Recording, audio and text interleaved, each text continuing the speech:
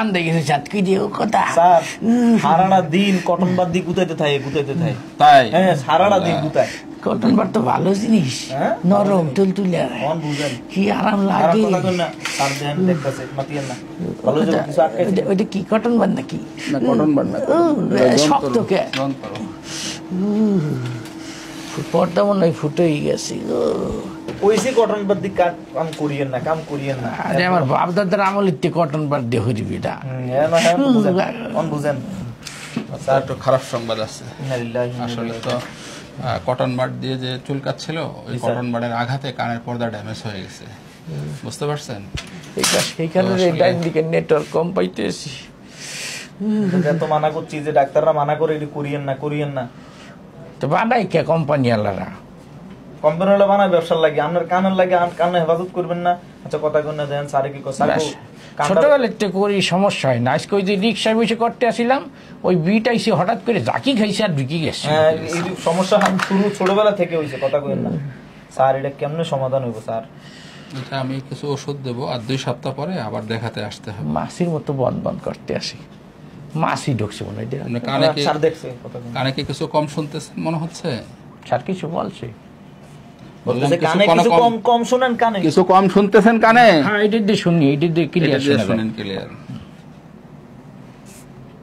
এইটার মধ্যে দুটো দাম তো ঘুরে এটা ঠিক আছে এই দিন নেটওয়ার্ক পাই না কে বুঝলাম না পাইবো কেমনে ওই যে গুতাইছেন সারন কইবো কথাগুলো শুনেন ঠিক মতো আসলে আপনার তো কানের পর্দা ফুটো হয়ে গেছে যদি 3 মাসের মধ্যে এই পর্দা জোড়া লেগে যায় তাহলে কোনো টেনশন নাই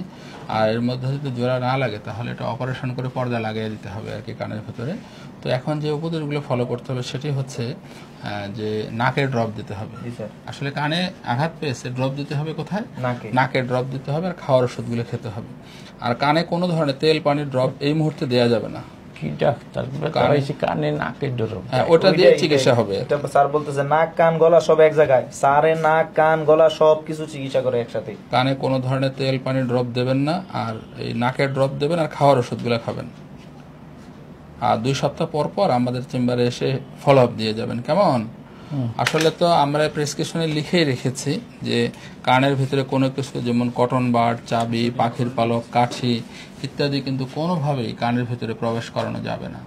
এটা কিন্তু আসলে প্রতিনিয়তই আমরা এই ধরনের রোগী পাচ্ছি যারা আসতেছে কটন বাড দিয়ে কান ইনজুরি করে তারপরে মেটালিক স্টিক যেগুলো ওই যে লোহার কিছু খোঁচানি থাকে ওগুলোও ব্যবহার করেন আপনি নাকি মাঝে মাঝে যা পান মানে মুরগির পাখনা এখন কেমন লাগতেছে আপনার কষ্ট হচ্ছে না দুর্ঘটনা ঘটে গেছে এখন কানের পর্দা ফুটে গেছে চাবি কাঠি পাখির পালক এগুলো কোনো কিছুই দেওয়া যাবে না প্রিয় দর্শক আপনাদের উদ্দেশ্যে একটি বার্তা দিতে চাই সেটি হলো কান আমাদের একটি অতি সংবেদনশীল অঙ্গ কান দিয়ে কিন্তু আমরা শুনি এটি খুবই একটি গুরুত্বপূর্ণ অঙ্গ এটি অবশ্যই আমাদের টেক কেয়ার করতে হবে অর্থাৎ কানের ভিতরে কটন বাড চাবি পাখির পালক কোনো কিছুই আমরা কানের ভিতরে প্রবেশ করাবো না এবং কোনো অবস্থাতেই রেল লাইনের ধারে বিভিন্ন জায়গায় যারা কান পরিষ্কার করছে কোয়াক যারা আছে হাতুড়ে চিকিৎসক তাদেরকে দিয়ে অবশ্যই আমরা কখনোই কান পরিষ্কার করাবো না এই মেসেজটি আপনাদের জন্য থাকলো কারণ এরকম খান সাহেব একজন নয় প্রতিনিয়তই প্রতিদিন 2-3 জন রোগী এরকম আমাদের চেম্বারে আসছে যারা কানকে ফুটো করে নিয়ে আসছে কেমন ভালো থাকুন সুস্থ থাকুন